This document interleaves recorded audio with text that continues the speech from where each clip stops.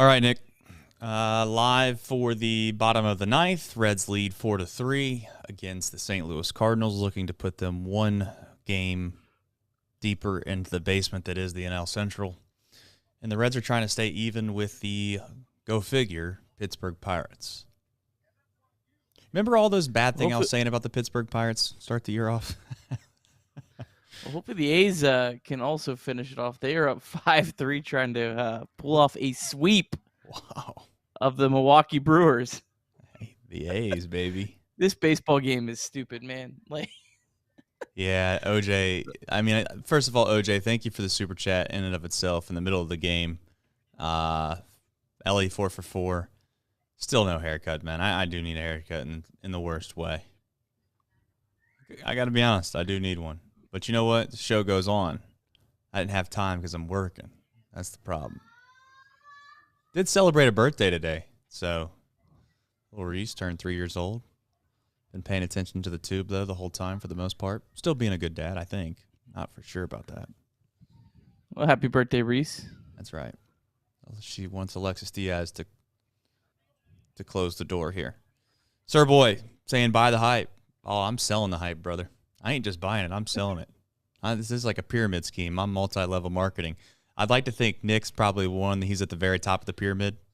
Where's that? He's at the top of the pyramid. You know, he's the guy that was selling all this at the very beginning, and now he's starting to slowly get all these people underneath him, and they're starting to spread it too.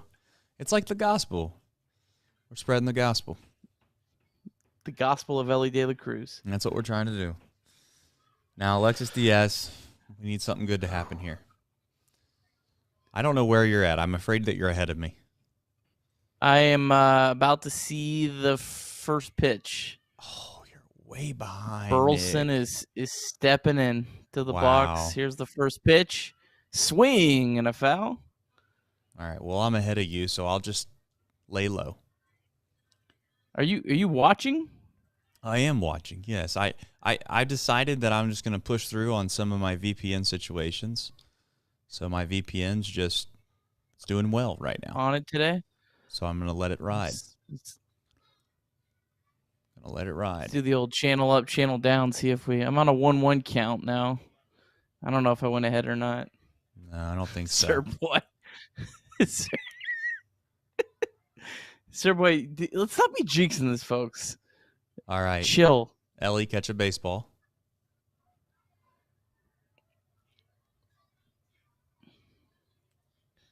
Yep.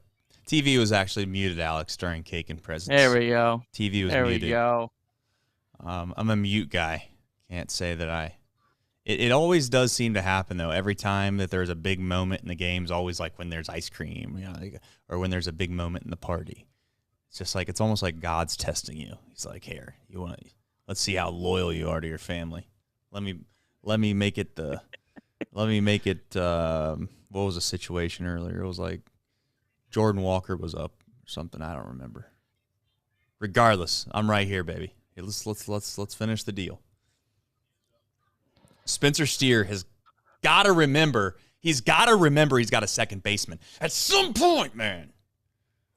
I have no idea what you're talking about. Spencer Steer's got to remember he's got a second baseman. I just saw it. Was he out? I looked away because I thought he was out. It's a great play for Alexis. Based on your reaction, you fooled me there. I wasn't gonna let you. I got bamboozled. No, I can't let you know 100% what's gonna happen. I got frustrated for a second, and then I knew I was ahead of you, so I didn't want to say he still got him. So I let you be surprised. That was a fantastic poker face. I'm impressed. All about it. I'm impressed. I try my best. All right. Come on, Alexis. A's got out of a jam in the 8th. I can't even believe that I'm scoreboard watching in mid-June. I did not see the season going this way. Elly, I do appreciate you jumping in the chat. You're the man. You're a hell of a baseball player, brother. One of the best. One of the best I've ever seen.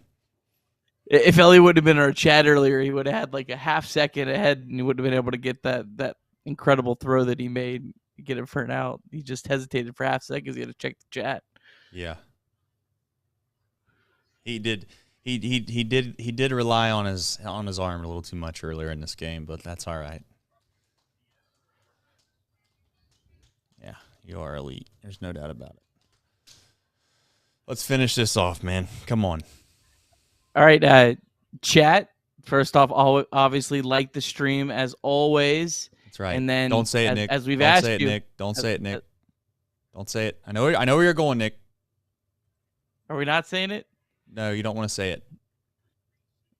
Okay. All right.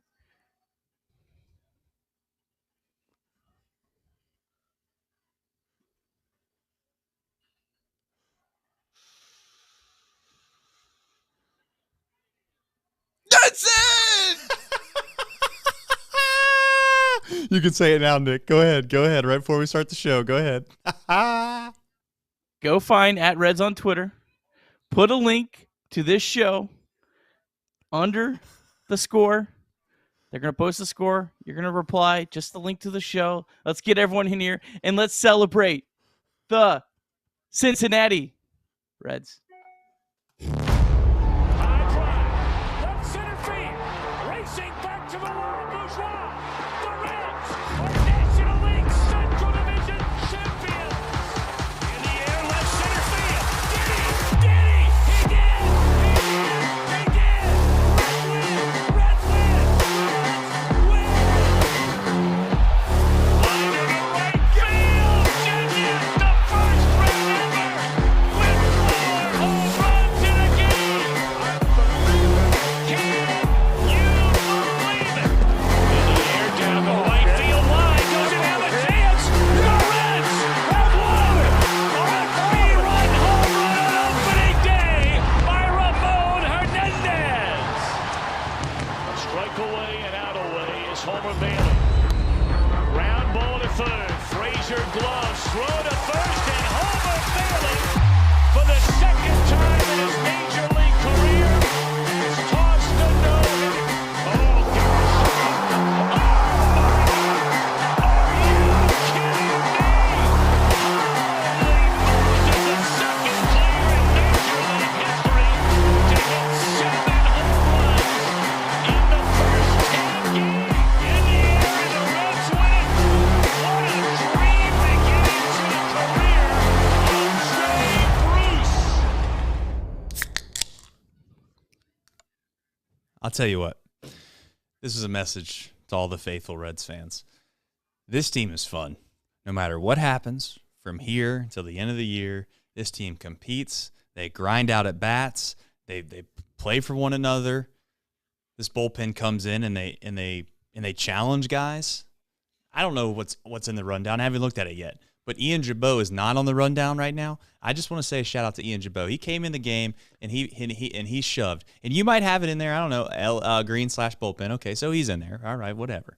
But really quickly, before we get to the box score recap, as always, Nick, I'm gonna let the people know the Reds win 4-3 against the St. Louis Cardinals. The last place St. Louis Cardinals, by the way. I don't know if you know that, but the Cardinals that play in St. Louis are in last place in the NL Central, which means they're below everyone else in the division, if you don't know what last place means. Box score recap, as always. Elly game number 6, if you've lost track. Green in the bullpen. India, Benson. CES. Reds MILB. Nick, you got a big smile on your face. I'm happy for you. I'm happy for me. And Oakland just took a 4-run lead on the Brewers. So, like I always say, the A's are tough, especially on a Sunday. Could you imagine getting swept at home by the Oakland A's? And that would be some real bad vibes. Hopefully that goes final before this ends and we can talk about where we're at in the standings. But your box score recap nonetheless. Top of the first, Jonathan India crushed a solo home run to straightaway center field, 409 feet. That made it 1-0 Cincinnati. Elly Cruz singled in his first at-bat on a little dribbler, right to first baseman Brendan Donovan, but Elly Cruz beat Adam Wainwright to first base. The Reds would, however, strand Elly. Bottom of the first, Hunter Green gave up a leadoff double to Brendan Donovan, but he struck out Nolan Gorman and Nolan Arenado to get out of the inning. Bottom of the second, Cardinals took a 2-1 lead. Hunter Green gave up a walk, a double, a single, and then an RBI groundout. Green on that inning only allowed one hard hit ball, so kind of some tough luck, but nonetheless, Cardinals up 2-1, but that means nothing to this Cincinnati Reds team. Top of the third, Elly De La Cruz ripped a sharp single on a 1-2 count with 2 outs, and that drove home Curt Casali, and that tied the ball game up at 2. We go to the bottom of the third. Nolan Arenado tripled off Hunter Green to score. Ball was just out of the reach out of Will Benson in right field. That made it 3-2 St. Louis. We move ahead to the top of the sixth. Elly De La Cruz, in his third plate appearance, walked off Adam Wainwright. Elly saw a whopping 17 pitches in his 3 plate appearances against Wainwright. Elly then just stole second base. He's now 3 for 3 on the year. And then Tyler Stevenson snuck a single over the right fielder to tie the game up at 3. Hunter Green, 5 in the third inning, 6 hits, 3 earned runs, 2 walks, 9 strikeouts. Didn't allow a home run in this one. And Ian Jabot was able to get Green out of the 6th inning and also threw a scoreless 7th inning. Then in the top of the 8th, Elly De La Cruz with a leadoff walk. At that point, he had a 500 on-base percentage on the season. He was sent on a 3-2 count with Spencer Steerup. That avoided a double play. Elly then took third base on a pass ball that didn't get very far behind Cardinals catcher William Contreras, and then somehow scored on a ball hit right to the drawn-in shortstop as Paul DeJong rushed his throw home. That made it 4-3 Reds. Lucas Sims pitched a scoreless 8th. It was his first appearance of the season in back-to-back games. And then Alexis Diaz, as Alexis Diaz does, shut the door in the 9th. Reds win 4-3. Reds now 31-35 on the season. Back-to-back series wins against the Dodgers and the Cardinals. Yeah, there's so many things to get into in this game that you could point to and say that was a pivotal moment in this game or that was a defining moment in this game. I feel like if I tried to pick just one, it would do a disservice to the rest of them, so I won't pick just one. But as you went through the box score recap, Jonathan India had an unbelievable game today. Excellent game. I know one of the balls that he barreled up ended up being caught at the wall, but he still barreled the ball up. We talked about it time and time again. That's all you can do as a hitter. And then on top of that, he made an incredible tag at second base. Not something I want to forget. It's at the top of my brain right now. So unlike, probably a seasoned professional would be able to remember that later in the show, I'm not going to be able to. So I want to bring it up now. I don't want to get us off track, but for those that think that all I want to do is rip on Jonathan India and his defense, I thought he played really well defensively today, and I thought he made an incredible tag at second base on the ball that Casali threw out Goldschmidt trying to steal second base, which was a pivotal play. So shout out to Jonathan India. Even got his bobblehead right here. So shout out to Jonathan. Good for him. Yeah, Elly game number 6 too, by the way. It's gonna keep getting on there until. Yeah, what were you going to say? I cut you off. What were you going to say? It might be a shtick at this point. India 2 400-foot hit balls today. Yeah. Seems like a pretty good afternoon. The second out that he made, if those that are interested in the would it dong type stuff, how many ballparks would have been a home run? And I believe I seen the answer to that was 6 ballparks. It would have been a home run. So he caught it. He caught it clean. He caught it well. Just quite wasn't good enough. And St. Louis feels like it plays big, too. I don't know if that's actually a statistic or if that's an analytical thing, but St. Louis does seem like it holds more balls than other parks. I guess we'll talk about Elly. I think, as I said before, I do concern myself over us all becoming enamored with just talking about Elly, and I don't think that there's guys on this team that are going to be like, oh, I'm so sick and tired of hearing about Elly De La Cruz. Well, it's more than likely deserved. He went on contact, Nick. And I know there's more to talk about than just this, but he went on contact. And for those that don't know what I'm talking about, as soon as the ball's put in play, when you're at third base, you take off for home and you just live and die with whatever happens. The throw by DeJong, also known as DeJong, was a little to the right side of the plate, Nick. So I don't want to say it was a perfect throw because it wasn't. But he got rid of it quickly. It wasn't a bad throw. It's just Elly is genuinely that fast.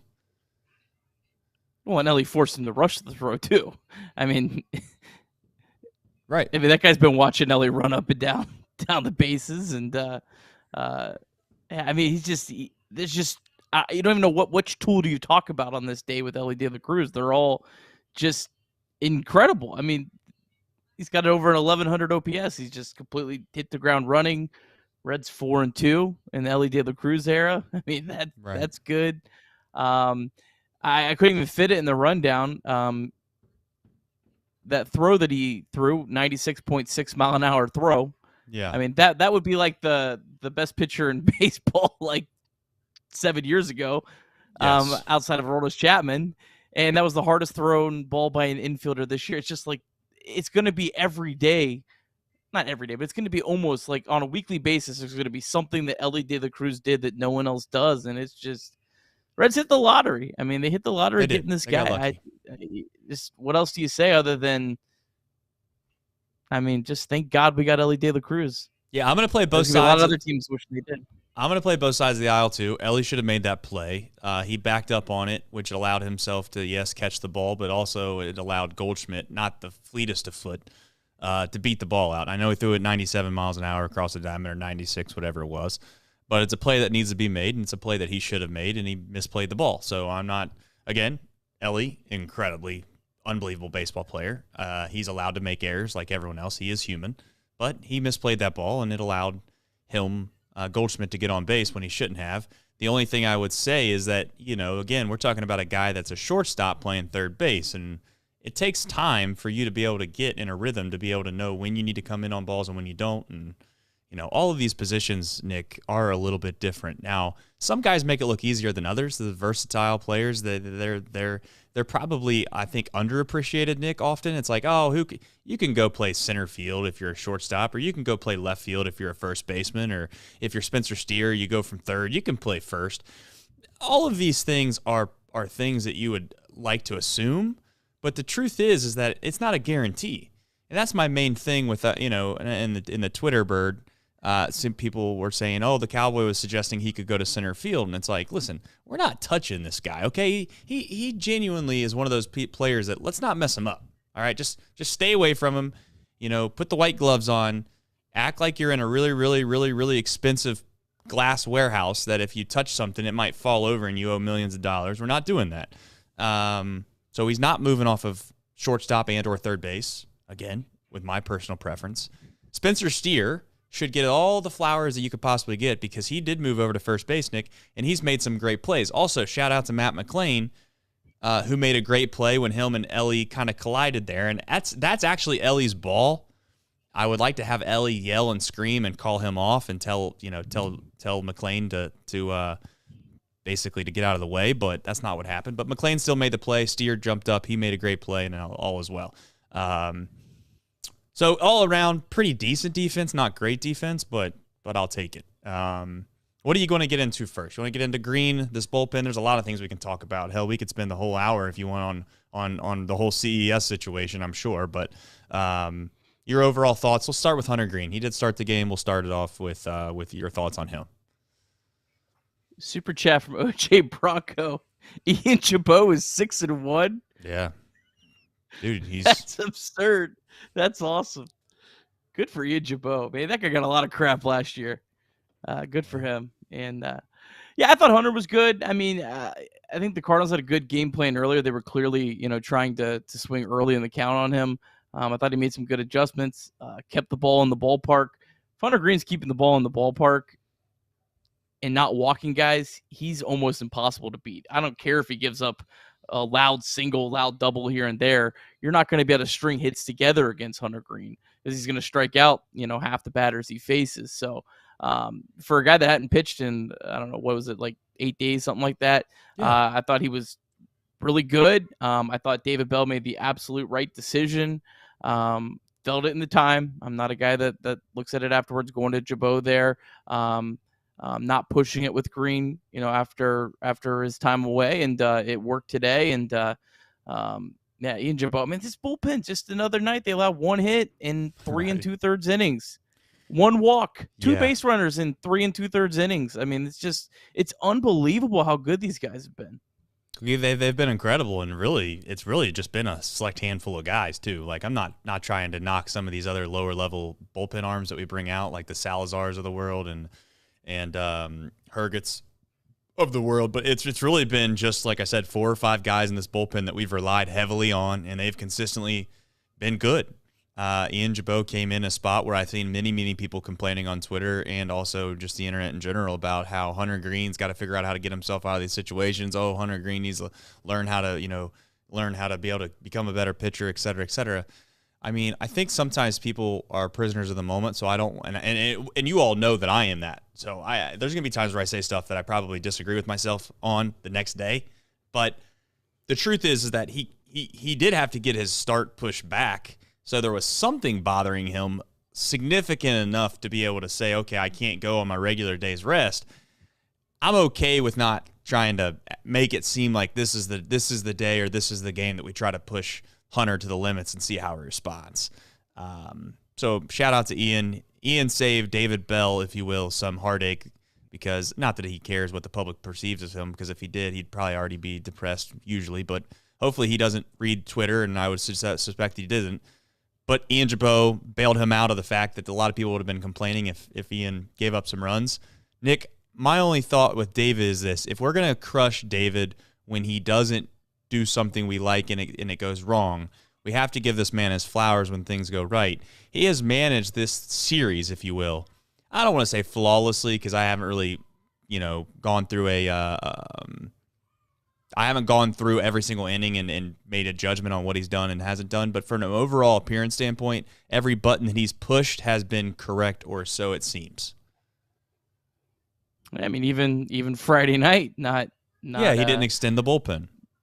Yeah, I mean, you needed them last two nights. I mean, they got 3 2/3 today. I think they were 3 or 4 innings yesterday. But it was all your best relievers, and they were tight situations. So, or ended up being tight situations after Herget looked awful and already got demoted. But how about that back-to-back days? Yep. Guy comes up, makes an appearance, you're out. It's Kuno on Friday, then Herget yesterday. But I'm excited to have Legumina back. I think he could be a nice piece, but I don't know. I'm all over the place. I do think Legumina could be I'm a excited. Good piece. Yeah, I do think Legumina could be, and hopefully Derek Law comes back and he's himself as well. And that's one thing I want to bring up here before we get into India and Benson is that just because when guys were incredibly good before they got hurt doesn't mean when they're going to come back and be the same guy. I said the same about TJ Friedel. I know Friedel come back the last time and he got off to a really, really good start, but it was going down the path a minute today where you felt like, oh no. Is he going to regress down to maybe what we saw a little bit last year? And then on top of that, and then he shoots a double down the line. And next thing you know, you feel good about TJ Friedel again. So hopefully he continues to stay hot, plays well. But this chat is popping. The Reds are playing meaningful baseball. And I say it slowly because it's not just like meaningful in the sense that, we get to see what these prospects look like. It is meaningful in the sense that these young guys are starting to make me feel like I believe in the sense that they could actually compete for this division. And I'm not going to get into the what-ifs game right now today, but it does make you wonder. Elly, I know he's on the rundown, and we already talked about him, but Elly single-handedly damn near won us this game to a small extent. He manufactured runs all over the place. And all of a sudden, you start to ask yourself, well, is there a chance that we could have possibly won a few other games if he was on the roster? I don't know. Just saying. Is there a chance for some other guys that could possibly come up here and help us? I don't know. Might be. It's possible, and we'll never know, but we also don't know if Matt McLain, for instance, had been called up 2 weeks earlier, if maybe that extra time that he had really helped him hit the ground running. I think you could make a case either way, and we'll never know. So I don't know if you want to if we want to keep looking at it that way, we can. I mean, I understand where people are coming from, but I think there is also another side that maybe the fact that Andrew Abbott, Elly De La Cruz, Matt McLain all came up and have looked as great as they have instantly was because of the work that they put in with these guys in the minor leagues to prepare them to come up to be ready to go and hit the ground running. Because again, we cannot emphasize enough what those guys have done, what Matt McLain has done, in particular, Matt McLain more than anyone. That is not normal. There are so many top prospects that come up and struggle. Jordan Walker, the guy who looks really great for the Cardinals, came up and struggled and got demoted this year, and he was called up at the beginning of the season.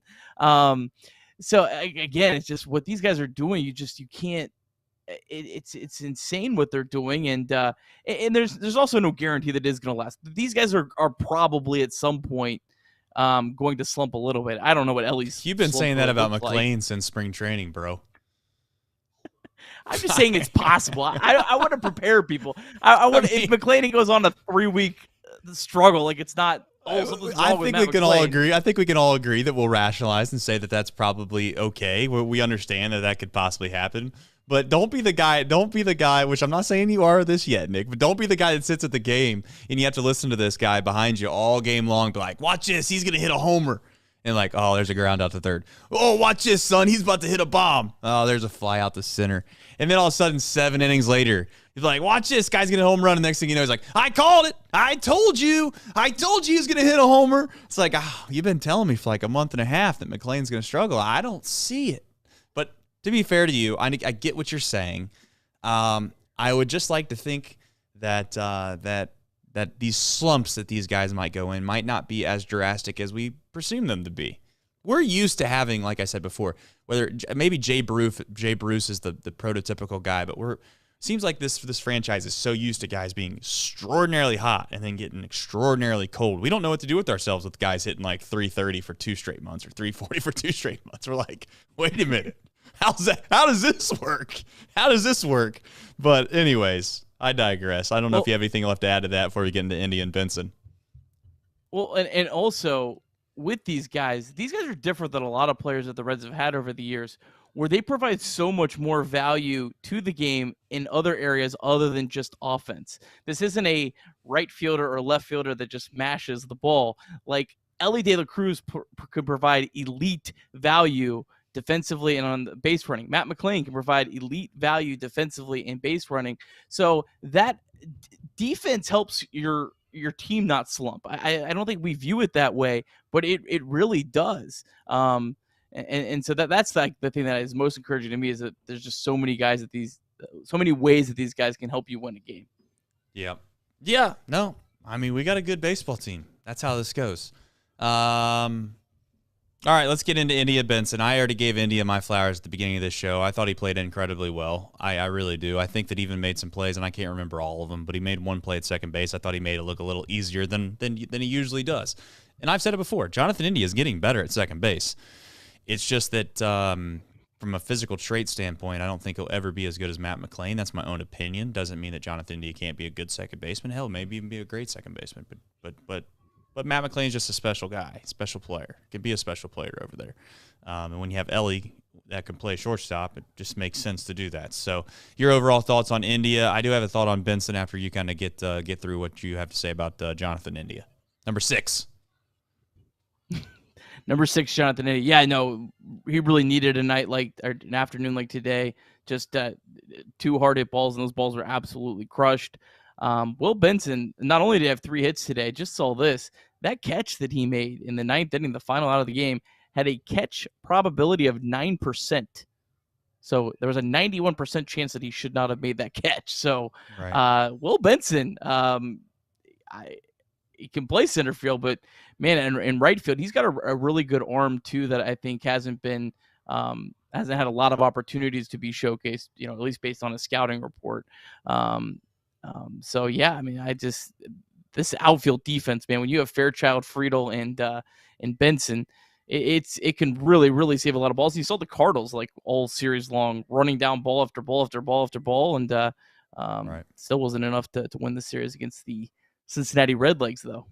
You don't get to see in Great American Ballpark. It doesn't feel this way. You don't get to see guys show off their pure, outfield play as much as you usually would, like St. Louis, right? That ball that Benson tracked down at the end of this game today, I don't know if I didn't get a chance to see the would it dong. If it would have been out of Great American, I would assume that it might have, but nonetheless, it just doesn't feel like you can track a ball that far and that long in Great American, like Benson did today. So more often than not, when you play half your games in a place that doesn't allow you to show that capability off, then we're just going to assume it either doesn't exist or can't be done.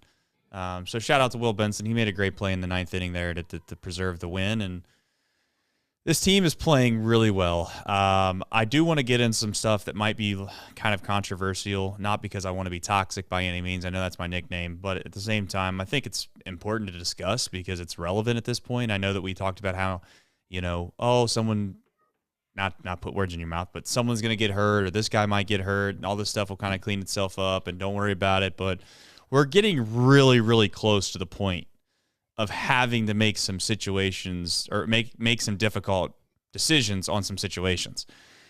Senzel's due to be back pretty soon. I don't know if they put an actual timetable on that yet, Nick, but it's pretty imminent in regards to his time frame. You have Joey Votto, who at some point you would like to think he's gonna say that he's ready to give it a shot. I mean, I hate to talk about it because it just feels like it's a sad thing for me to talk about. I don't know exactly where Joey Votto fits in this, and I guess if we're trying to be nice, then sure, we can find a way to slot guys in DH and move the first baseman to the left field and rotate guys around. But I have to be honest, Nick, there's a part of me that doesn't want to touch it. There's a part of me that says, what's the point in messing with a good thing right now? This team seems to be playing well. They're young, they're energetic, they're having fun. We're getting production out of the positions that we're trying to bring someone back from. So it's not like there's a hole there. It's not like there's a need there. I hate to say this, but I genuinely would tell Joey right now, it's like, Joey, we're happy to bring you back, but at the same time, we don't really have a great spot to slot you in all the time. So, let's let you make sure you're 100% back before we make any decisions. And I don't know how Joey would take that, but that's my overall opinion on that situation. Your thoughts on, I guess, CES, Joey Votto, Steer, I guess Stevenson at DH, all of that. Yeah, I don't think most of these guys are a big deal that are coming back, other than Votto is the only one that I think makes the finagling of your roster the most difficult. I mean, as good as Will Benson's looked, if Will Benson had to go back down for a couple weeks until the trade deadline, it's probably not the end of the world. Stuart Fairchild, TJ Hopkins, Jose Barrero. I mean, you could replace all of those guys with Senzel, Myers, and CES, and you're not going to really miss a beat. I think you can get into everyone enough at bats. But when Joey Votto comes back, that's where it really becomes tricky, because I feel like everyone just keeps forgetting about Tyler Stevenson's development in this. Like, this guy doesn't even have 800 career at bats. And I've been on the train where I'm not sold that Tyler Stevenson can actually be a DH long term, but we need to find that out this year. And I mean, this was a guy that I think most Reds fans, I would say if you put a poll of most Reds fans going into the year, they would have said Tyler Stevenson's the Reds' best hitter. Yeah. And so, like, 2 months, I mean, yeah, he hasn't been great, but 2 months is a pretty short time in a baseball career. And a lot of guys, get off to slow starts and whatnot. So that's my biggest fear right now, is that we're going to mess up his development. And Tyler Stevenson take off a day or two a week, yeah, no problem. That wouldn't be a big deal. But if he's only catching 3 or 4 times a week, and then he's pretty much having to sit and maybe just get one DH here and there, that's going to be pretty hard for his offensive development. And that's my biggest concern. And I know a lot of people are going to jump to, well, he just needs to catch more. This guy's coming off a big injury. I don't think you want to push that either. So they had a plan here. And I get plans can change to an extent, but Tyler Stevenson's development can't be thrown to the wayside is my biggest point here. Yeah, I think the plan at the beginning of the year was clearly that, well, let's just start there. They already tipped us off in believing that there's no chance that they were going to have a problem that they perceive to have now at this very point in time. And the reason I say that is because they had mentioned that Tyler Stevenson, I don't remember the numbers off the top of my head, but he was going to split time between being a catcher, a first baseman, and a DH. Well, they've ditched the idea of him being a first baseman. Why? Because they were fooled, or they've been pleasantly surprised. Whatever term you'd like to use, it's a good problem to have, Nick. But the deal is that first base is occupied. If it's not Spencer Steer, then it's CES. And the truth is that they never expected either one of those guys maybe to be major league ready this year. They especially didn't expect probably them to play as well as they have, which is a good thing. But as I've said before, sometimes when you're in a position of power, it's okay to admit that you just don't really know, or you not that you don't know, but that you got something else that you didn't expect that actually made you have to make decisions differently. And if you had mentioned stuff to Joey before the year on what his roles and what his expectations were going to be, if you had mentioned to Tyler Stevenson before the year what his roles and expectations would be, you sit those guys down and you just say, listen, this is all different now. This is all different. because we got guys that are ready to play right now, and we can't hold them up, we can't hold them back. And that's my main point with CES. Yes, I put out a tweet, said he's coming. Do I really know if he's coming? I don't 100% know he's coming. But at the same time, it makes no logical sense for him to stay down there, Nick. At this point, it would be malpractice.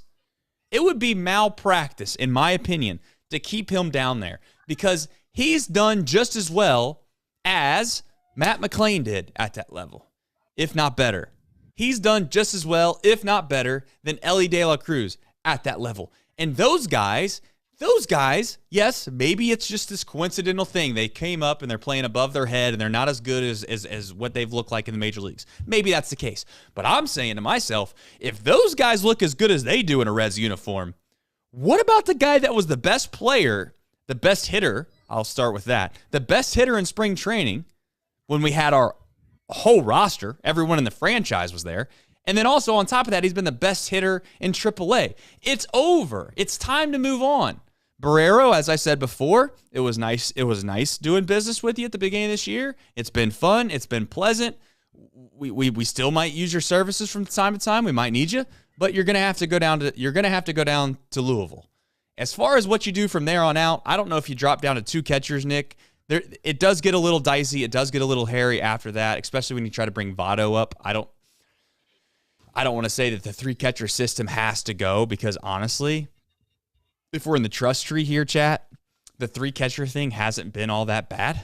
I mean, I was making fun of it for a long time. I thought it was stupid, but it actually has been pretty decent.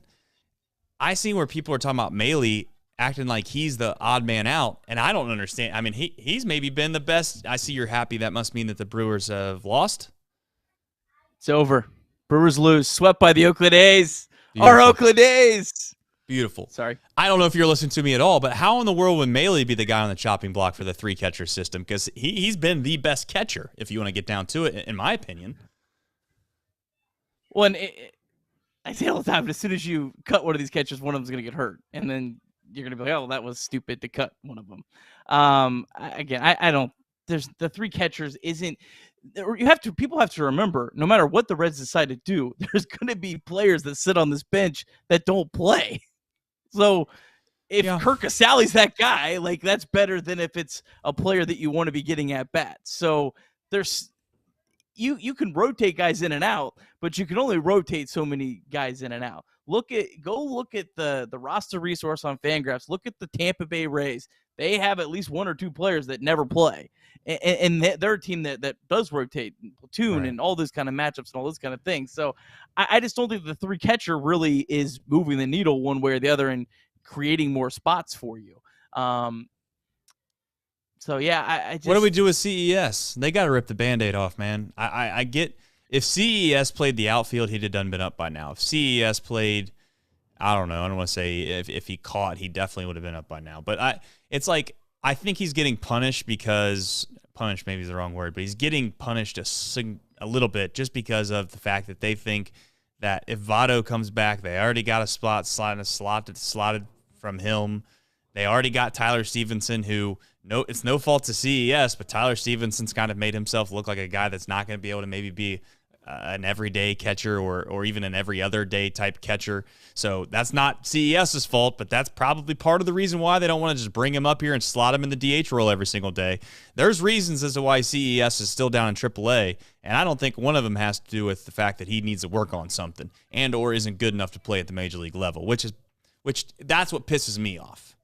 And I'm not saying I'm there yet totally, but I will be there on Tuesday if they don't call him up, because I'm sick and tired of seeing a guy do everything you could possibly do, humanly possible. We had all the analytical guys, which is you, and I'm not saying there's a problem with that, but they told him that he couldn't walk. What'd he do? He went out for 3 weeks and just gave everyone 2 middle fingers and walked like twice or once every night. And he's like, okay, what do you want me to do next? And it's like, oh, you want me to go back to hitting home runs? Sure, I'll hit more home runs.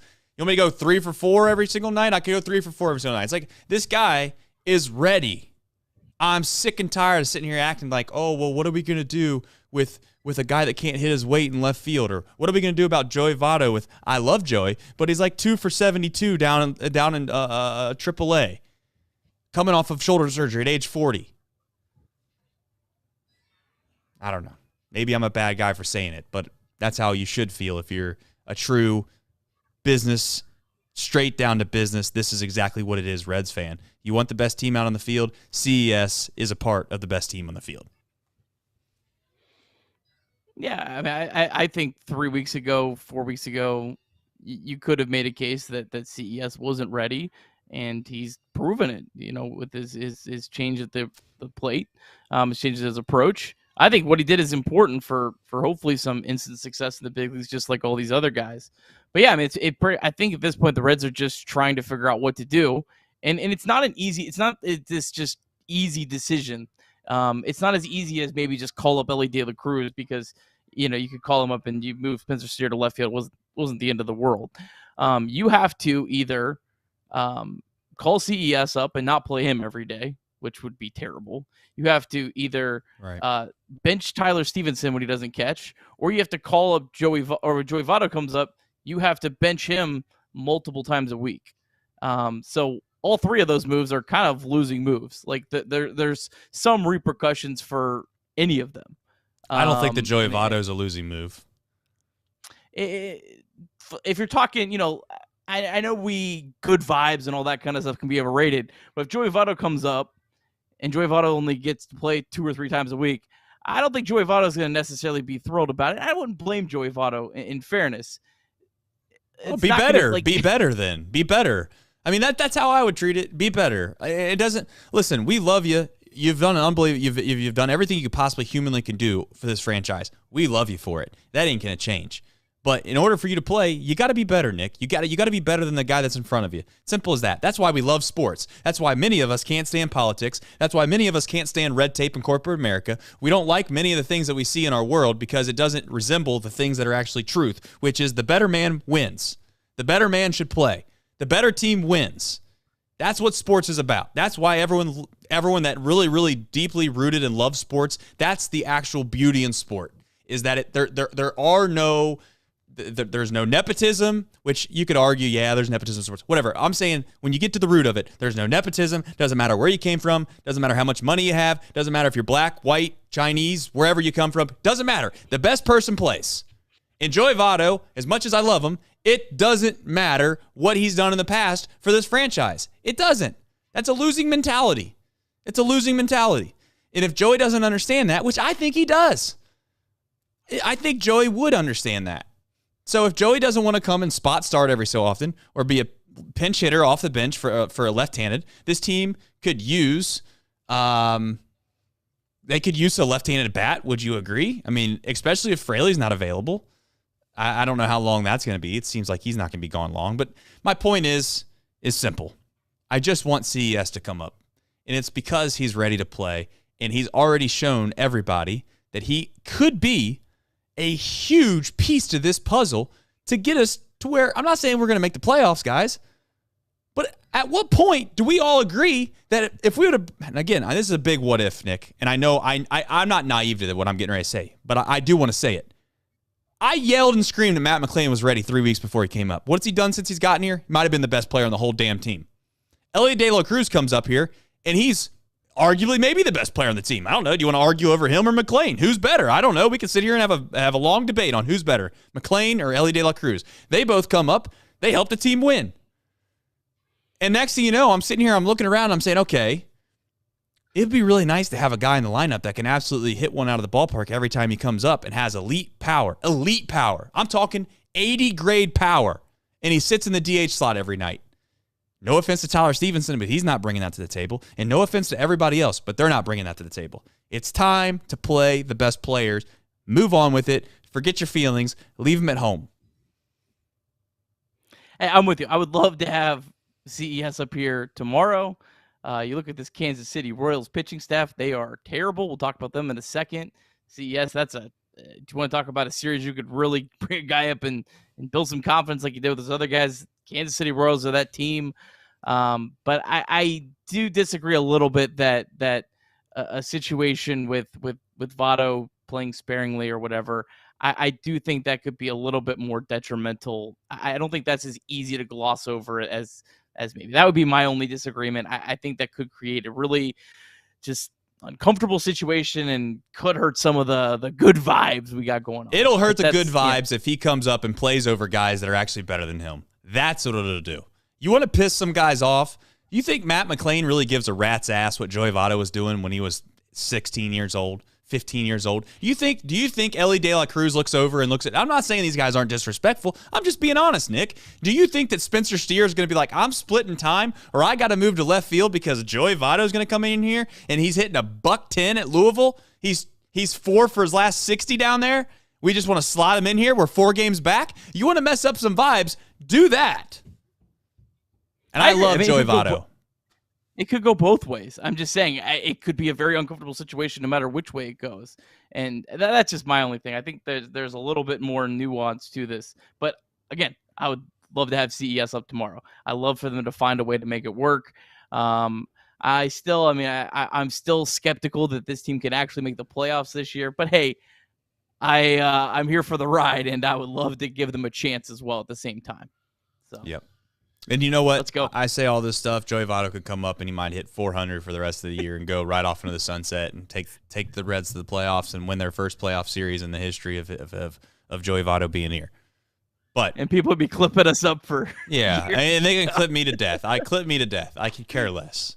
Reds MILB. I don't know how many notes you have. I know day games are tough in regards to trying to keep up with what the what that looks like, but nonetheless, giving you a little bit of time here for the Reds MILB update if you have any. Yeah, not too much going on. Chattanooga, of course, not Chattanooga. Louisville was rained out today, so that's obviously usually our big talking point. Interesting, though, Nick Senzel was supposed to start the game at third base in his first rehab assignment. Votto was at first base. Myers was the DH. Christian Encarnacion-Strand was not in the lineup, which is why we prompted to this conversation. C. Trent Rosecrans did report that it was just an off day. He has played every single day since he's came back. So take that all for what it is.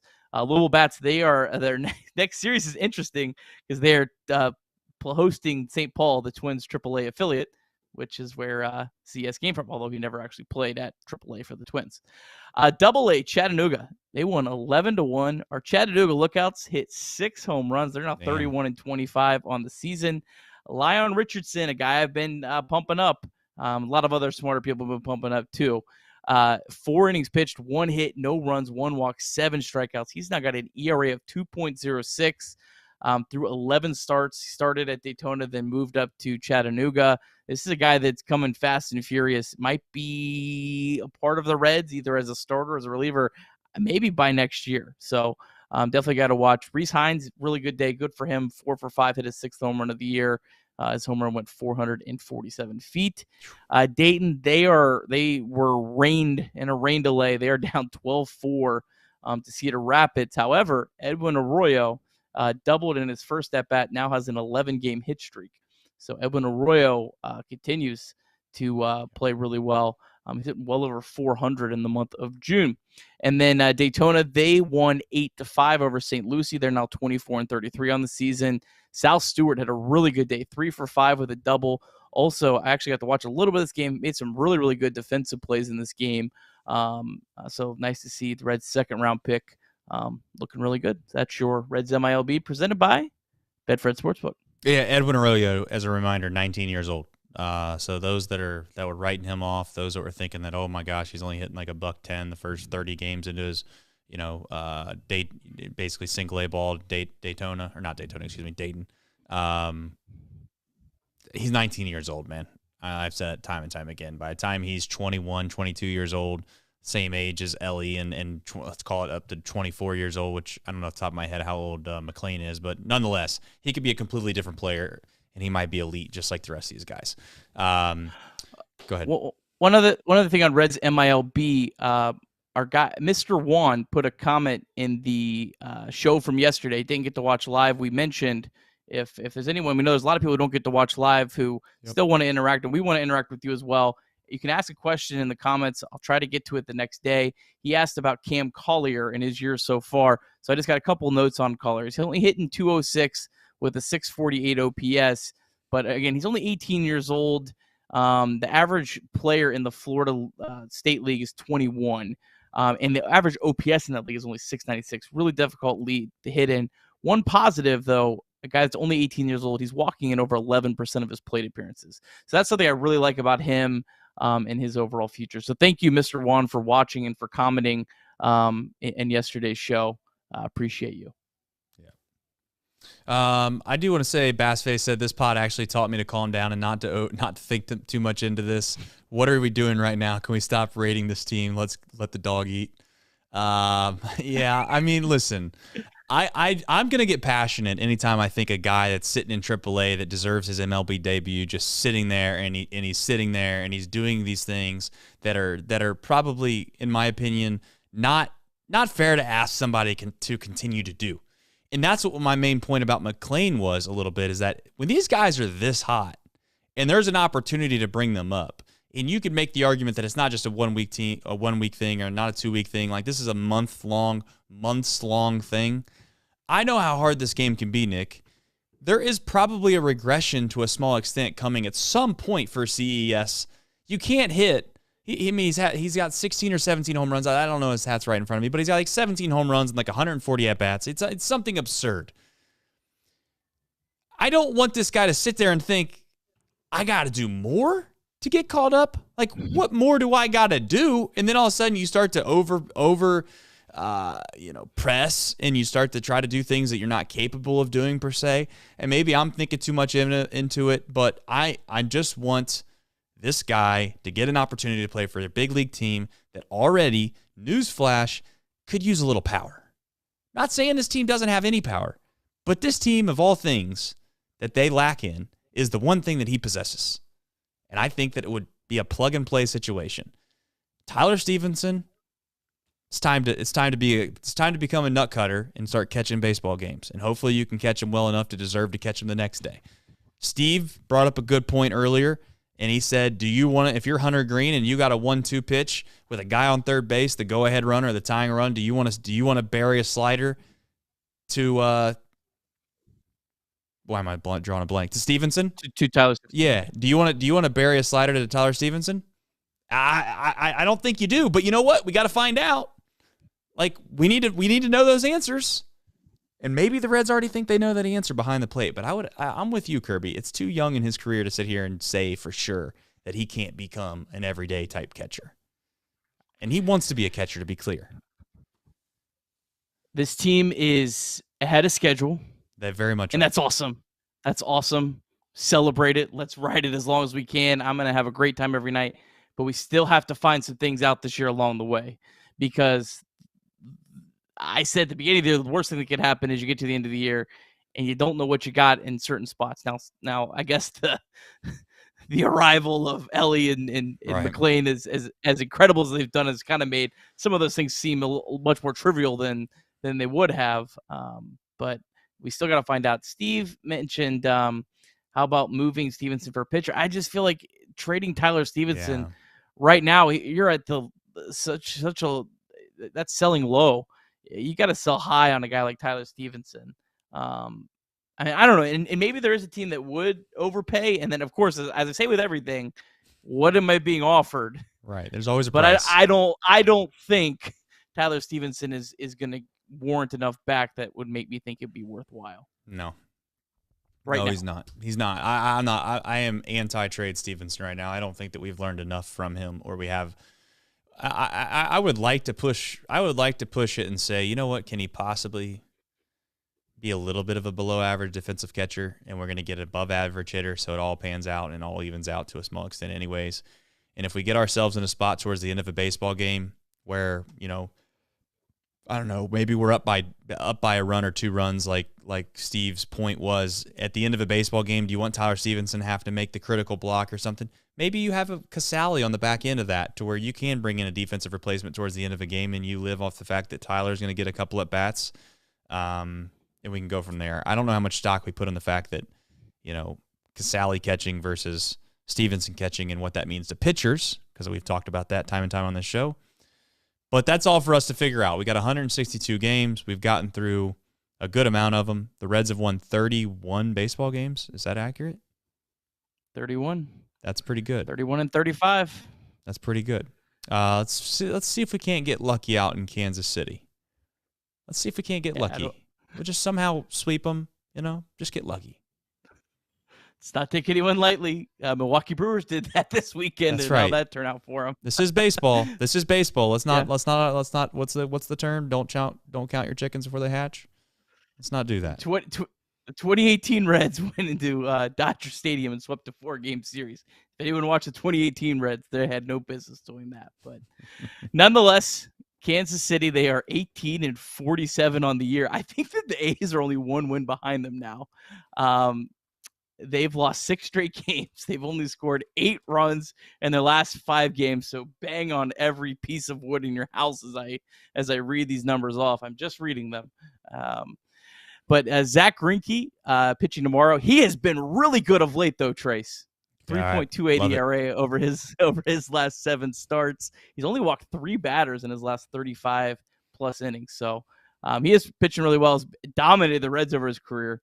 8-2, 2.38 ERA in 14 starts against the Reds, but he has not faced them since 2017. And Trace, Kirk Casale, he is 2 for 2 in his career with a double off of Zach Greinke. Luke Maile is the only player that has other players face him. And then Luke Weaver, this is a guy that actually pitched for the Royals last year exclusively as a reliever when he got claimed late in the season, but he really struggled. So hopefully looking for a little redemption in Kansas City. Coming off a tough start, allowed a season-high 7 earned runs in his last start against the Dodgers. He's only made 1 career start against the Royals back in 2018. 7 innings pitched, 3 earned runs. Did strike out 8, though. Well, I like Luke Weaver. I've said that. It's a good matchup all year long. I'll continue to say it. I know that sometimes that doesn't come to fruition on a given night, but I think that he competes, and I think his stuff's good enough to get us in a spot where against the Royals we have a chance to win. We'll see if that happens tomorrow. I have a dunk to do. Nick has a pillow to show off. I'll give Nick an opportunity to show this thing off. If you're new to the show, do me a favor. Like the chat. If you don't know, yesterday's show got up to 100 and some crazy amount of likes, which I think is the reason we won today. So, as always, there's a scientific metric between the two. We're working on figuring out exactly what that actually is, but while we're working on it, you just trust the system.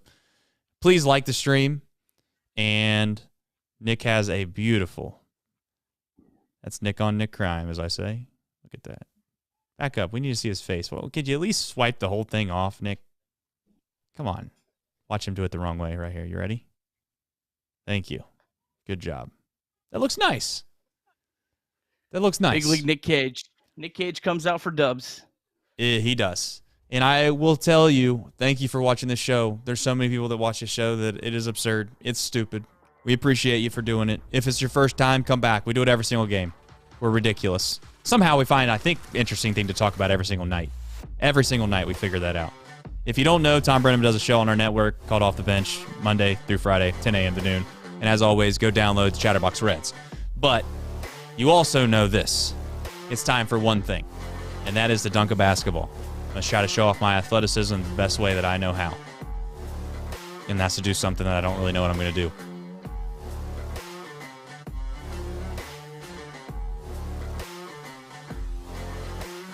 I'm going to pre-congratulate CES on his call-up. Barrero, you'll figure it out, I promise.